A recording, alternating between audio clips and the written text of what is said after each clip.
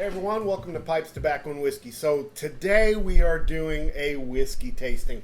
We haven't done a whiskey tasting in so long, it was really time to get one. Yeah, and the summertime is the best time to do it anyway. So today we are going to give you our impressions on Balcones pot stilled bourbon. Now this is a bourbon that's really in a great price range. I bought this for 28 bucks. A lot of Balcones stuff is a little higher than that. Yeah, it's going to be in the $45 to $55, $65 range, and even higher than that sometimes. So let me give you a little background on this one. So Balcones claims themselves as the original Texas whiskey. Now, I'm not too sure about that because I think Garrison Brothers came before them anyway. But you know, maybe it's the distillation process that they use that claims to be original whiskey. I don't know. They use pot stills instead of the cylindrical stills, and they got their pot stills from Scotland. Oh, and had them brought to Waco. That's their distilleries in Waco, Texas, and so anyway, so it's distilled like a Scotch would be distilled. Very similar. The Balcones aging process is much faster in Texas than it is in Scotland, simply because of the extreme weathers. You know, there's hotter hots and sometimes colder colds, just depending on the year. So that kind of helps it age faster than a Scotch would. But the pot stilled distillation process is very akin to the Scotches. So this bourbon uses a mash of blue corn, Texas wheat, Texas rye, and malted barley. And I really couldn't find anywhere online that said what the percentages were. They probably don't want to let us know that. Yeah, but to be classified as a bourbon, it has to have at least 51% corn mash. Bill. Right. Yeah. So we know that at least 51% of the mash is blue corn. Yes. It's aged for a minimum of 2 years in new charred oak barrels, and then bottled at 46%. Without chill filtering or any kind of coloring added to it. So that's the original color. That's the original color that you get coming out of the barrel. Yeah. The pot stills can have a tendency to create kind of a viscous, rich distillate in comparison to those cylindrical column stills that other bourbon companies would use. And the idea of a column still, that distillate kind of goes up and then it falls back down, goes up and falls back down, and so the end product on a column still can give you a higher alcohol content, but the pot stilling kind of gives it a more rich and flavorful product, and so that's the benefit of using a pot still. Yeah. That Balcones uses instead of a lot of these others. Again, this is aged for 2 years, and depending on where you want to buy it, it's $28 to $45, depending on where you go. All right, so let's jump into this. All right. See, now this is your first time trying this, right? Yes. Yeah. Now I've tried this before. I like this bourbon quite a bit, especially at the price point. But let's go ahead and talk about it. So let's check it out and see the color that we've got here. The legs on it are just amazing. I don't think they're coming down. Yeah, I mean that viscous. Yeah. What we said about that. It's really oily thick. Look at that, man. It's just like that. Yeah, this color is not even an amber. It's darker than an amber to me. You got more than me.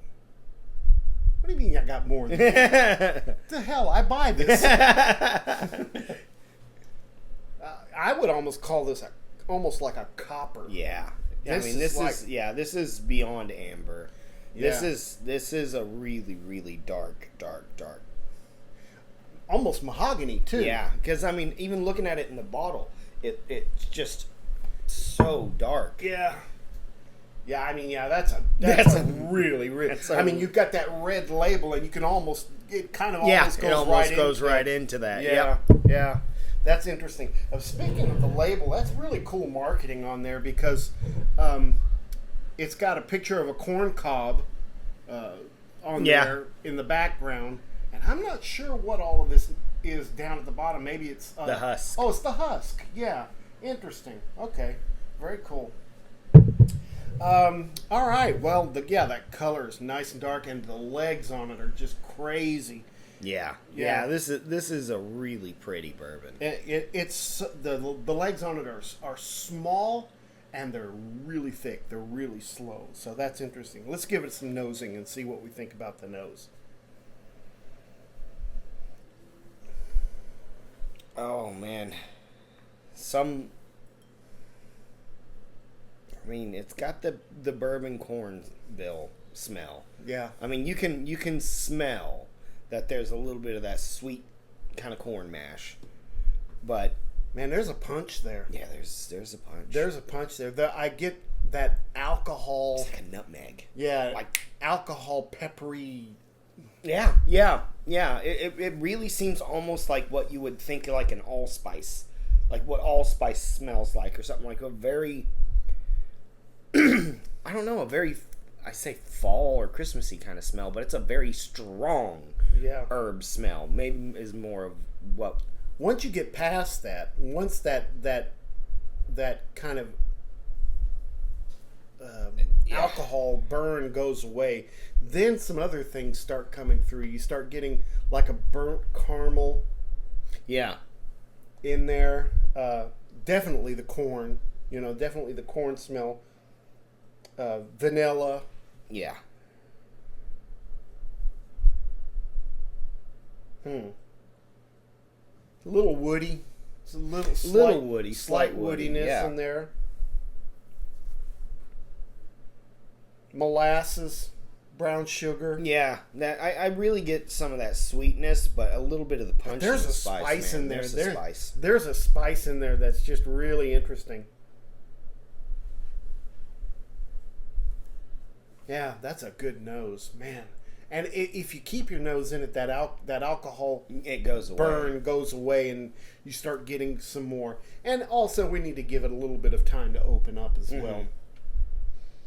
Do you want to add a drop of water to this, or do you want to just? No, I want to try it the way it is. Okay. I want to see what they intended before I do anything to it. Boy, that's cool. All right. Well, you ready to dive in? I mean, just look at that. Yeah. Man, I'm getting a lot of that burnt caramel. This next part is always the part I have the hardest time with. I smell a little bit of apple in there too.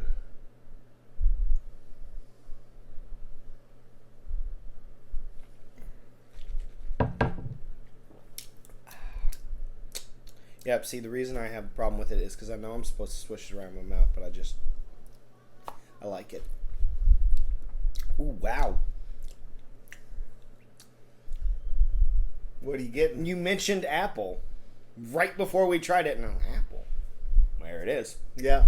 Almost like a caramel apple. Yeah. Like, because those caramely, very kind of, caramelized sugar, brown sugar type taste thing. Yeah. And then there's like that crisp little fruity zest to it. But it's not citrusy at all. No. It's like it's just a crisp taste. The only thing I can think of is it's kind of like it's so thick. Mm-hmm. I mean, it just layers on your tongue and your cheeks, and it doesn't go away. It stays there. It's just like almost numbing to a sense. Yeah. Man, this one's good. It's interesting. It's got for 46%. That's a killer. Killer drink. That's right pretty there. Smooth. That 46%. Yeah. It's crisp.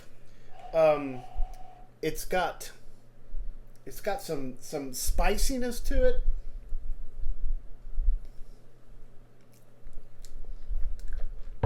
after you've had one or two drinks of it, it starts to open up and you start to get some other things.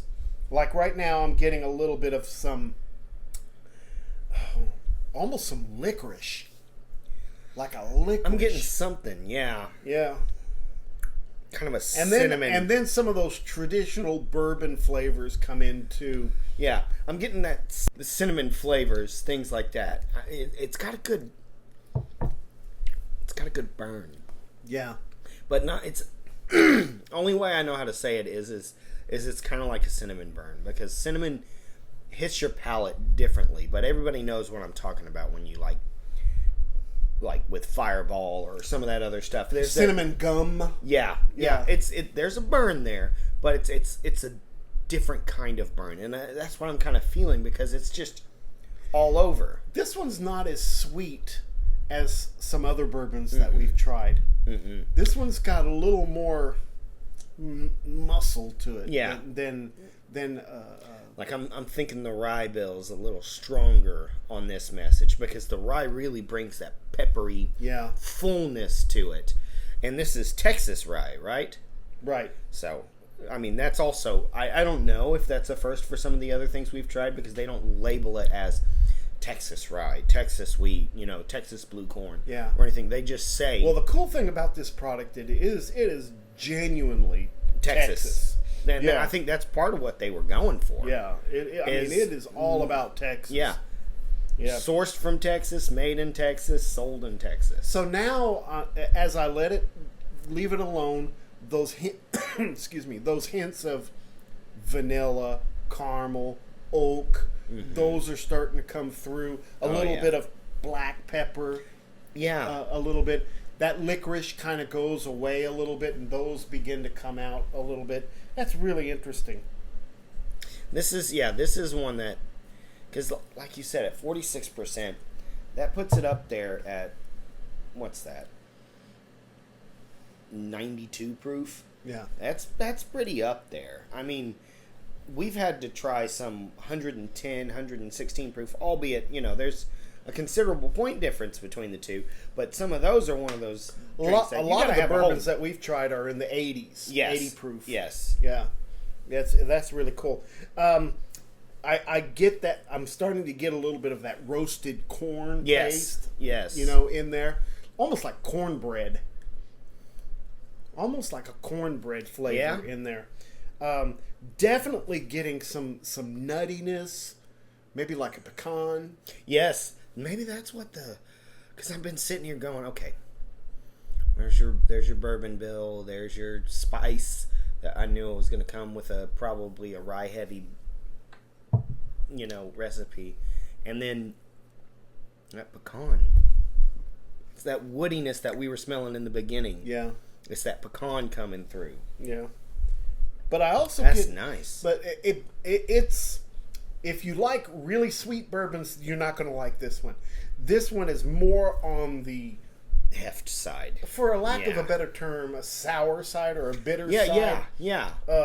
Then to me, more like a rye would come through than a bourbon. And part of that could be also that they're using blue corn instead of regular corn. Yeah, I don't know how that affects the flavor on that. I'm not sure either. But it's definitely a stronger flavored, full bodied flavor than most bourbons that we've tried. Okay, well, you got anything else you want to add to the taste on this?